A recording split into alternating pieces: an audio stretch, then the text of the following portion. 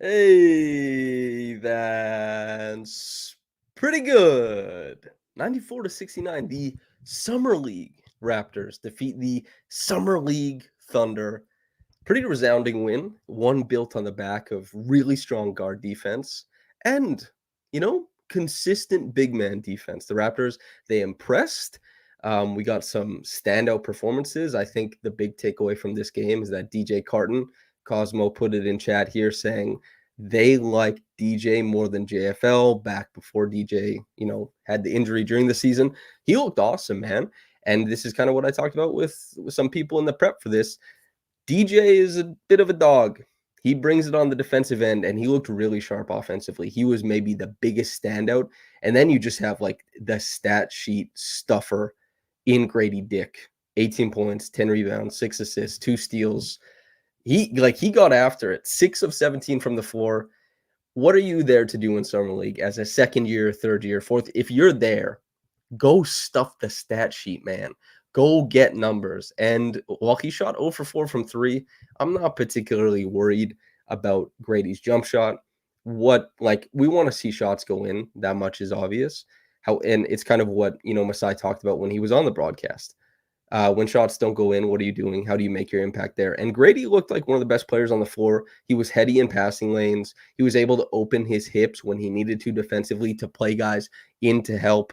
He was in a lot of important spots and made big plays. 18, 10, and 6 is, little things king stuff. And some very aggressive takes to the rim, whether the Raptors, they ran, I think it was Carton, throws the ball into, if it was Carlson, UCLA cut off of him, but then he goes and sets a screen for Grady. So it's a Chicago action out of the corner. Grady comes out of it, big get middle. When Grady is middle, the playmaking from the middle wasn't very good, but the shot making was all right. And he was really aggressive taking the ball to the cup. That's why we see 6 free throws there.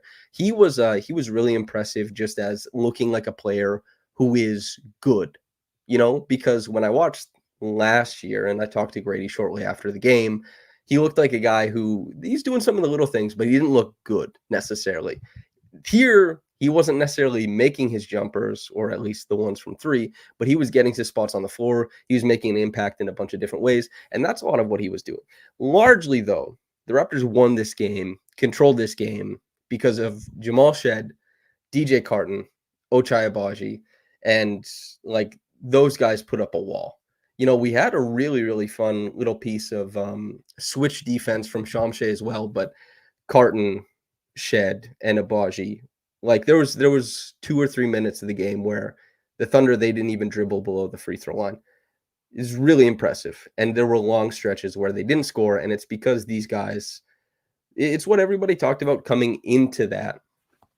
This is a team, the Raptors, this isn't Marquise Noel and Grady Dick trying to carry, a bunch of guys through a summer league. This is a really talented summer league roster as far as the context goes. And Shed being a guy who the first time I was watching for this because I wanted to be able to tweet out Shed hasn't let a guy get below the free throw line this whole half. He let it happen once, and it was AJ who got there. And it was because he thought he had help icing a screen.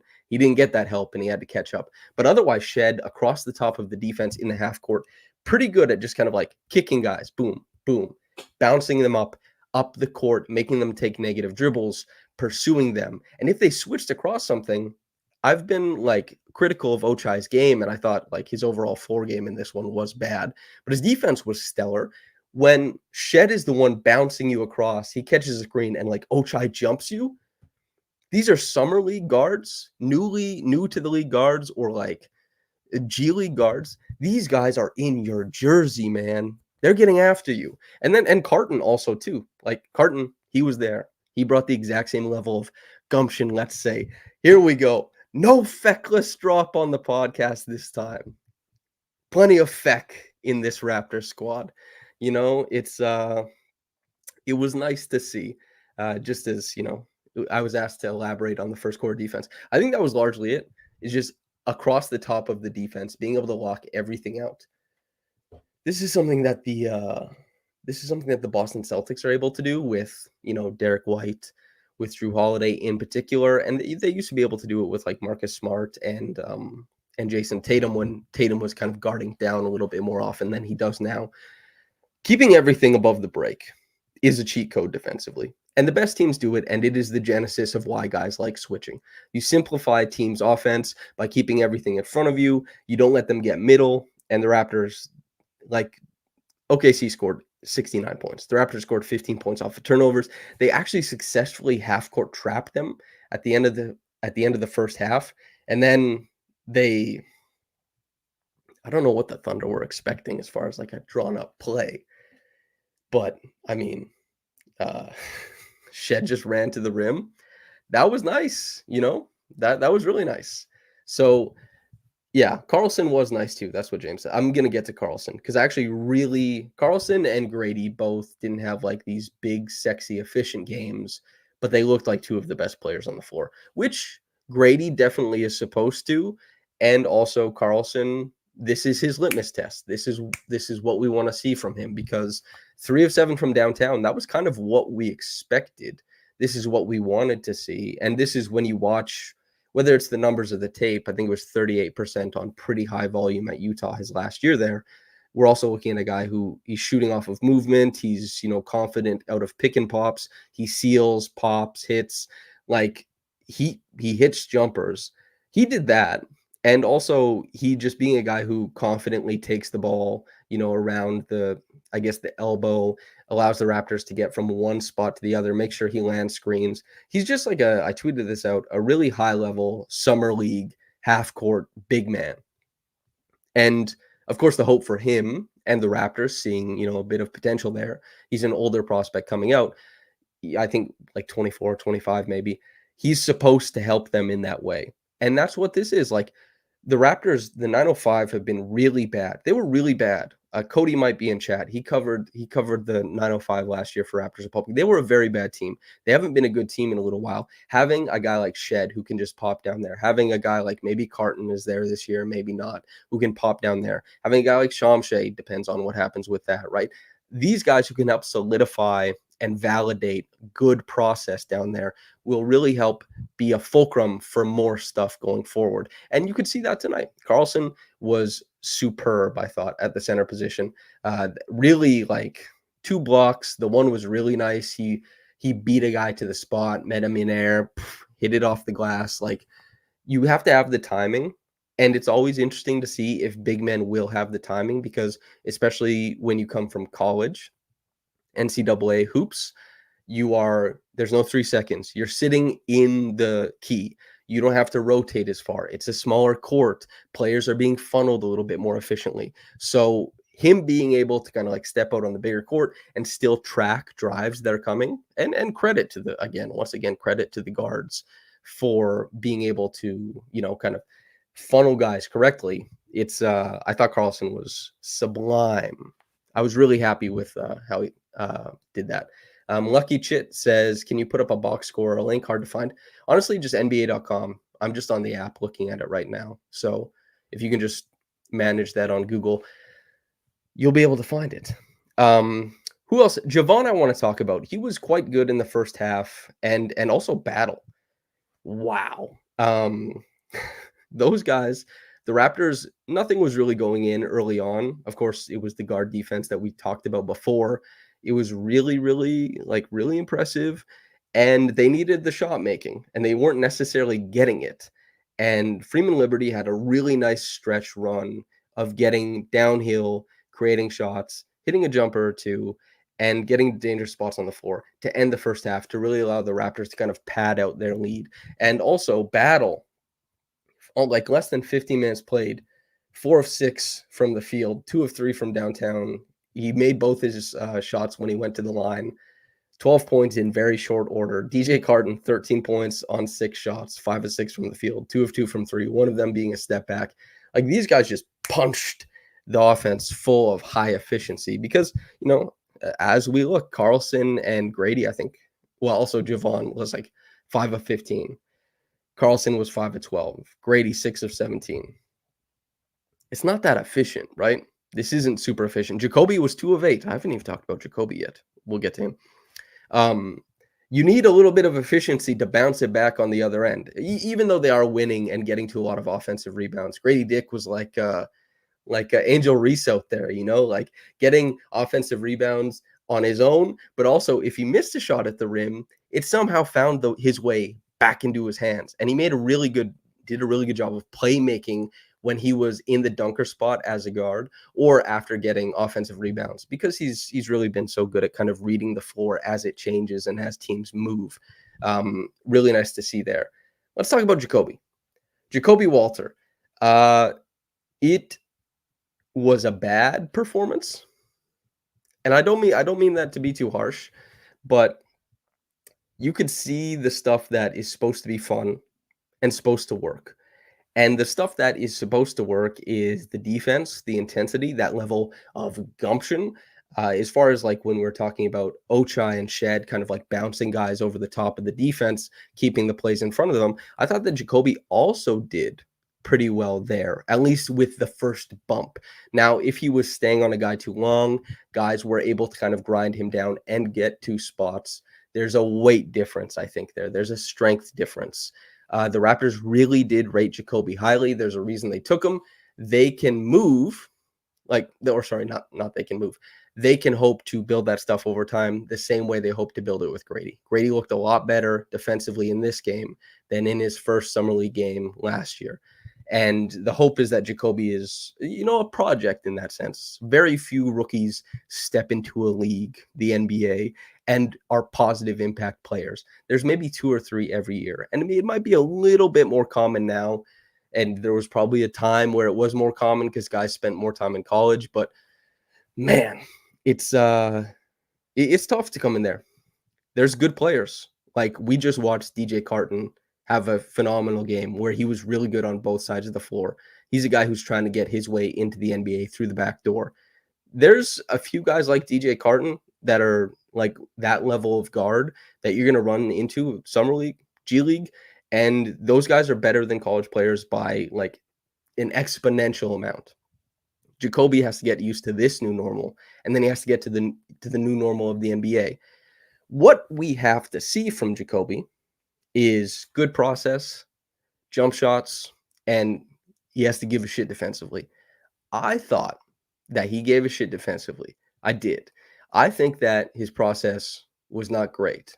I thought that he moved well offensively, not like Grady level, not what we were seeing last year, but I thought that he was like the burn cuts were there. He was, he moved through actions with conviction, like quick moving through them, whether he was the decoy or whether the ball is going to him, quick getting through stuff. Efficient offensive movements is exactly what you want. He put up jumpers. A couple of them, he stopped short on a drive. And I was like, damn, I can't believe he took that shot. So we saw jumpers. The jumper has to be there basically for Jacobe in the same way it has to be there for Grady. These guys are drafted as shooting prospects. If they don't shoot, then, everybody's out of luck. So even if they don't shoot good on a game, you still have to believe in you have to believe in what you've seen from the tape and some of the numbers that you like. A scout does, the guys in the organization do. Jacobe, he put up jumpers. I like the reckless abandon with which he shoots them. He played defense within scheme. He didn't succeed at everything, but the process wasn't strong. But again, he's just stepping out into this, man. I'm really excited to see how he kind of develops over time. He didn't impress me or anything like that, but Jacobe has a lot of things that have to turn, and then we start seeing things probably click. He has to have a couple bases of strength to work from, and we'll see how quickly they come. For some players, it takes a year. For some players, it takes 2. For some players, it takes 4 or 5. The hope is that Jacobe is the former more than the latter. But this game wasn't entirely impressive. But, Emmanuel quickly said it, and it's not just about stars, but players who play defense, that's good. Jacobe, if he cares about defense, he's athletic. He can slide with guys. You put on some weight, you still maintain that mentality. Hey, you're cooking with gas or grease or whatever a person wants to cook with. Let's talk Shamay and Mobo. One play I loved. Mobo, you're working out of pistol, basically, right? Or no, it wouldn't be pistol. They're working out of delay. Sorry. The ball is not in the hands of Grady Dick. He has to run a burn cut so that he drags the defense in. Then Mobo pops up. Mobo comes to collect the ball. Grady's already kind of put the defense into a little bit of dysfunction. He's filtering through to the corner. Mobo gets the ball, catches, immediately tries to shoot it down the baseline on a drive. He's a pretty good mover, that Mobo, and he has a really unique handle for his size and his explosivity, and he immediately snatches that back behind his back, catches on the other end, very slick transfer, immediately above the head, skip pass to the other corner. The defense is trying to catch up, like, whoa. Grady catches, pump, put the ball down, pound dribble, take it in, reverse lay. Pretty slick moving from those two guys. We also saw high-low reads from all of Carlson, Mobo, and Shamay. This is the Raptors. This is Darko's system to some degree. There was more pick and roll in this game than I think we'll probably see at the Raptors level. It's open concept. It's Summer League. Maybe Jama has a little bit more say in this one, but all of Mobo, Carlson, and Shamay all made those high-low reads, which I think I'm starting to believe that those reads are a little bit overrated as far as like how we observe passing. Like, I know when a lot of people see like a big man make that high-low read, it does make you think of the best big man passers of all time, but they are pretty like they're scripted reads. You can watch the play happen in front of you. Oftentimes you don't have a live dribble. I think they might be a little bit overrated, but Carlson, Shamay, and Mobo all did that. Mobo, what really impressed me though, is that live dribble read where he beat his man. As soon as the dig started coming, the ball went up and out. And that was impressive. It's like 16 minutes of play, had a couple nice, he had a couple nice jobs where he stepped out on the perimeter, kept the guys in front of him. I don't think he had anything super impressive as far as like being the low man, patrolling the baseline or anything like that. But I did like Mobo stepping onto the floor, and like everybody on the Raptors was at least a plus of some sort in the plus minus category. And Mobo was a +8. And his movement overall was impressive. You could see him trying to like track and identify where's the room for me on offense because I'm not shooting. He doesn't want to shoot. He's looking to move the ball on very quickly. The floor has to be pretty open for him. It looks right now for him to try and take a shot at getting into the middle to create a little bit of momentum into the middle so that he can get to the rim or play make or something of that sort. So there's limitations, and we're already seeing them. That's up to him to figure out. That's up to the coaching staff to figure out. I don't know if the lack of organization at Summer League is going to be the easiest way to get a guy like that to kind of imprint themselves on the game. A good example for this is that Ben Simmons, when he was at the height of his game and kind of understood the pacing and the feel, he could navigate his lack of a jump shot because he was so good at finding opportunities for him to get to like 15, 17 points where it's transition, it's cuts, it's a weak side drive an empty side drive or something like that. And when he was out for so long, there wasn't so much body degradation, but like when you don't shoot the ball, it means that a lot of times when the ball comes to you, the game isn't simple or easy. For a lot of players who shoot, the game is very simple and easy when the ball comes to you. For Jacobe, it was quite easy. Even for Jamal Shed, when he hit his first three after they had that dig down on Grady's high pick and roll. It went out to Shed, the ball went up. Very, very simple, right? Abaji, it's simple. It's not good. It hasn't been good for a lot of players, but it's simple. Mobo, when the ball hits him there, the shot is not the option. So there's a million things you can start doing, and you have to figure out how to do it in an advantageous way. It's pretty tough to interpret the floor, and you really have to get into the swing of things. You have to find your pacing. You have to find your successes. This is why guys like Kyle Anderson, they take a little while, and then they're quite unique. Mobo, we will see. I'm sure he's getting up a lot of shots. That's the first step. And also he has to be a guy who pushes as often as possible, makes use of his live dribble. And we're going to be looking for some extra possessions. Like, he had one offensive rebound. We want more. We need more, God, I'm such an idiot. But that's kind of what I'm looking for Mobo. Obviously, I'm somebody who advocated for him to be drafted by the Raptors. I'm watching him a fine eye. It's something I want to see. Shamshay, he's there's questions about 2 years away from 2 years away. Slomo says Shamshay will be in the rotation within 3 years. Some people are a little bit lower, some people a little bit higher. I think there was a lot of stuff that you can like from Shamshay. My favorite was obviously where he took 2 switches, kept the play in front of him, and that was awesome. That was really nice to see on defense. Really good contest. I thought that he was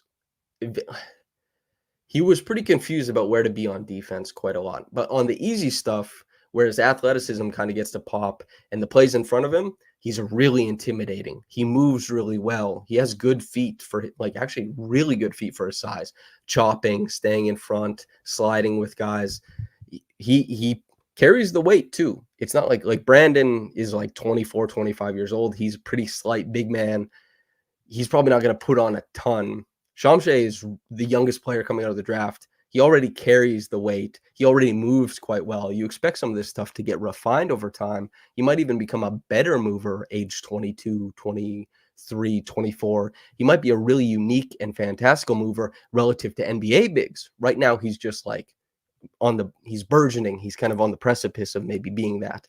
And it's the offensive stuff. He airballed a free throw, which was funny. That was like, okay.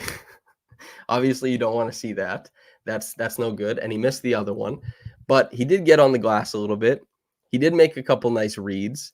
And then also, the finishing stuff, people might be having nightmares after Precious, because Precious had like a really tough half season of bad finishing, but then actually was like really good at the rim and okay in the short mid range for some time as a Raptor. But people might be like, you got the sirens going off in your head.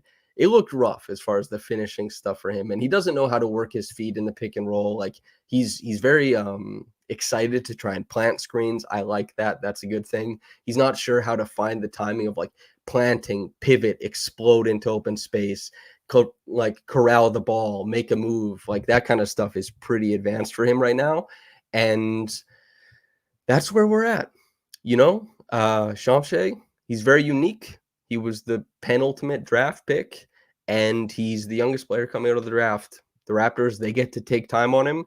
This summer league, if he came out and blew the doors off the league and was like, he almost finished that lob, which would have been really fun. And if he was just like this guy who's just everywhere all the time, fantastical, then that would probably be like, how did everyone miss on this guy? You don't expect to have that response this early. You expect to have the response in like 4 years when you say, oh yeah, this guy actually turned out really well. We're getting some Koloko and Shamshay comps as far as Koloko.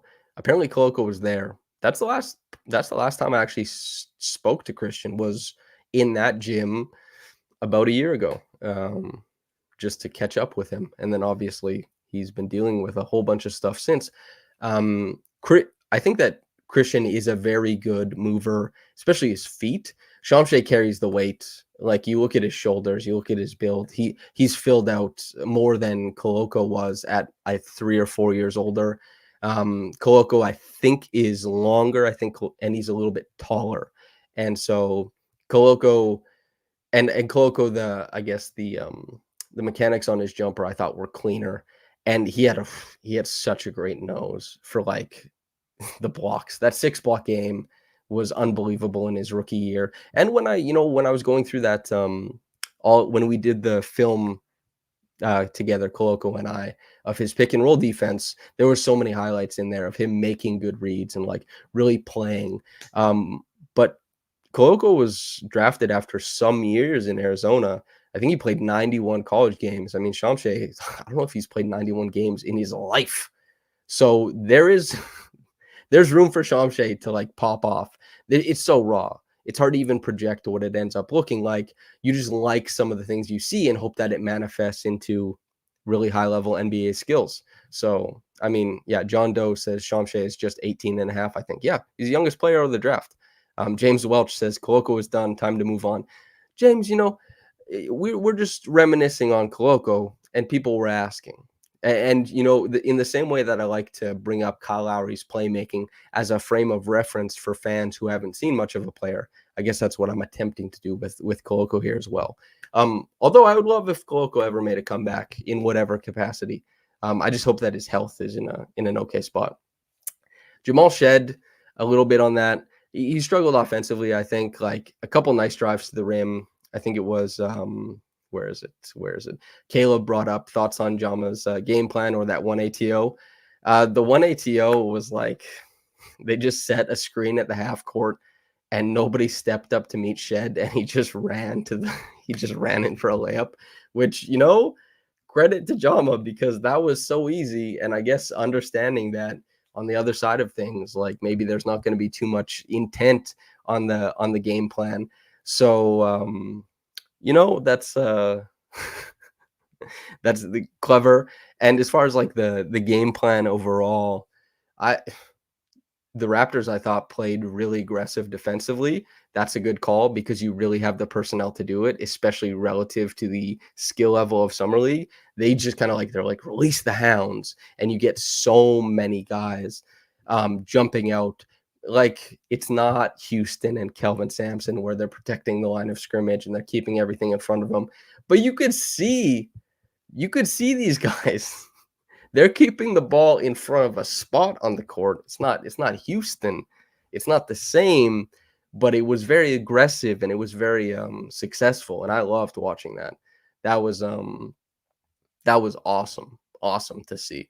And so leaning into that from Jama, I thought that was great. Oh, funny thing. So the Raptors had whatever the hell, how many goddamn games they had with 25 assists in a row, where they're cooking the books, and they really, really wanted to keep getting 25 assists in a row, and they set the franchise record. They had 25 assists tonight, so they somehow always find their way to that, which I think is funny. Slow-mo says, biggest disappointments this summer so far, Blue Jays and no Bruce Brown trade. Yeah. Blue Jays have been tough, man. And they just lost, bronze, or I don't know if they call it bronze, third in the Copa America. That was a little bit disappointing, but super fun game. You try to do the dual screen while also being responsible and doing my job. I really enjoyed Canada's soccer summer. The Olympics should be a blast. But yeah, the Blue Jays, geez, man, they suck. They've been so bad, man. Oh, and my guy, Kevin Gossman, this was the year where it finally started, the splitter, that chase rate, it's not the same. That whiff rate, it's not the same. Okay, wait, sorry. Too much baseball talk. And as Keir Doyle says, no Copa America chat. This is my safe space. Apologies to everybody. But the Raptors, I mean, fun game. Leo Getz says, do you think the Raptors can win Summer League championship? I do. It depends how many people stick around. Like Grady might not be there tomorrow. Like he might not. Or Grady might be there tomorrow and then is out of there. I don't expect him to play more than 2 games. Grady was one of the best players on the floor tonight. One says Shed and Carlson were the standouts. 2 of them, sure. We got good games from those guys and to differing degrees, of course. And Rig Papa says, oh, Canada, ... size. Yeah, man. Cosmo says Battle can step in for Grady. I don't know if I expect Battle to go like 67% from the floor every time he steps on. And there's definitely things that Grady does that Battle can't. And there's like a punch coming with the ball downhill that Grady has been able to provide that I don't know if Battle can. But like, I think the Raptors have a lot of juice on this roster. And a big thing as well is like in the dysfunction of Summer League, being able to really attack guys with your point of attack defense, force turnovers, and guarantee that you get some points off of turnovers, that you run out in transition, that you create looks that way, is a really great way to create offense in an unorganized offensive context. And that's why it's so valuable that Grady, despite 18 points on 17 shots, that's nobody's gonna freak out about that. Carlson, 13 points on 12 shots. Nothing crazy there. JFL, 12 points on 15 shots. Nothing crazy there. But you need volume, and you just have to score the ball. So the Raptors with their defense, and I think Carlson will be around for, a while. Shamay and Mobo will have time to get minutes, stretch their legs. They might start to look better. you know, yeah, I put it in the thumbnail for a reason. They could win it. They could win it, you know? Cosmo says, what makes me sad is that the actual starting lineup doesn't have a point of attack defense. That's correct. We've talked about this a little bit before, but cross your fingers that quickly with a training camp, with an off season, with more familiarity, and with a healthy team, that he does a better job at the point of attack. And if he doesn't, then at least he can slide to the two quite easily, and his off-ball defense is a plus, or at least it was with New York. It wasn't really notable with the Raptors. And then the Raptors can juggle the team and look for points of need going forward. The Gag says defense was atrocious last year. I'm curious how Darko is going to build an identity on that end. Yeah, I think they don't have a roster that's necessarily strong defensively. Maybe their defense underperformed a little bit last year, but I think it was representative of who was playing there. And I'm interested to see what style of play they kind of indulge in. Vilifying Force says better players will help defense. They sure will. And you just being healthier will help the defense a bunch. Like having Scotty there, having Jacob there is meaningful. Probably having a better offense, cross your fingers, will mean that they defend in the half court a little bit more often. We will see. Cured Oil, I guess Grady's doing an interview currently, or had just done some, says Grady says he's 214 pounds now. Holy shit. Yeah, he put on some weight. It's not just the calves that are thick anymore on him. He's got a little bit of muscle to him. So that's nice to see. Somo says worth checking out 905 games this season. Certainly. They'll be more fun than in years past. And Mr. Mando 1582 says, does Ochai Abaji's offensive play seem troubling for you? Seems to have a negative impact on that side of the court. Mr. Mando, yes. I have been very critical, hopefully not in like a terrible, mean way, but I've been quite critical of Ochai's offensive game from shortly after, when he got traded to the Raptors. I did look into some film. I was like, geez, there's not a lot of good tape here. And then the tape got worse once he was on the Raptors, and it didn't look good tonight. There's no statistical markers that suggest that Ochai is going to be strong offensively. His saving grace has to be the three-point shot that Darko says they're tweaking. His saving grace has to be getting up a lot of three-point shots, because I really like Ochai's defense. However, if he can't shoot a lick on the other side of the floor, who knows what happens. So yes, his offensive play worries me, but them's the breaks, Yeah.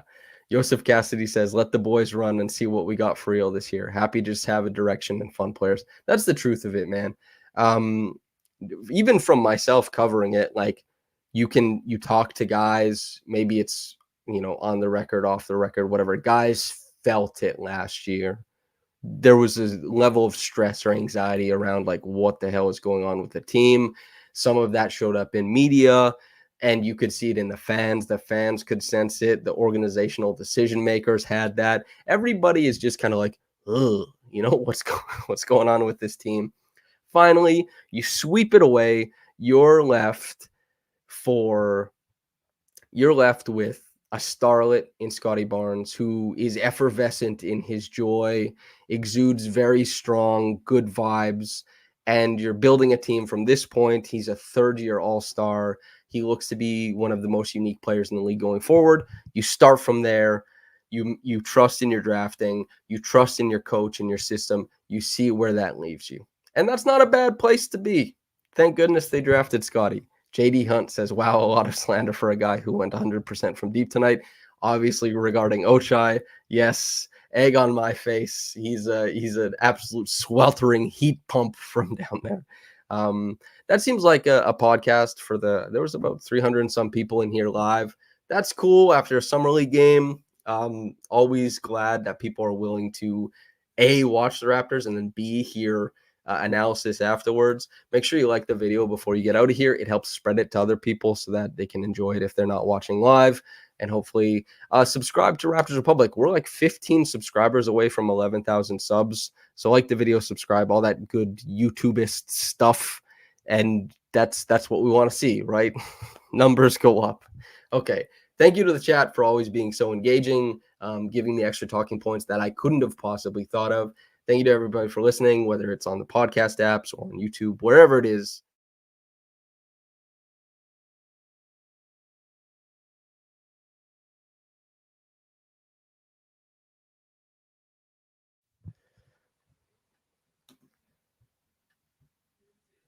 Okay. What the hell?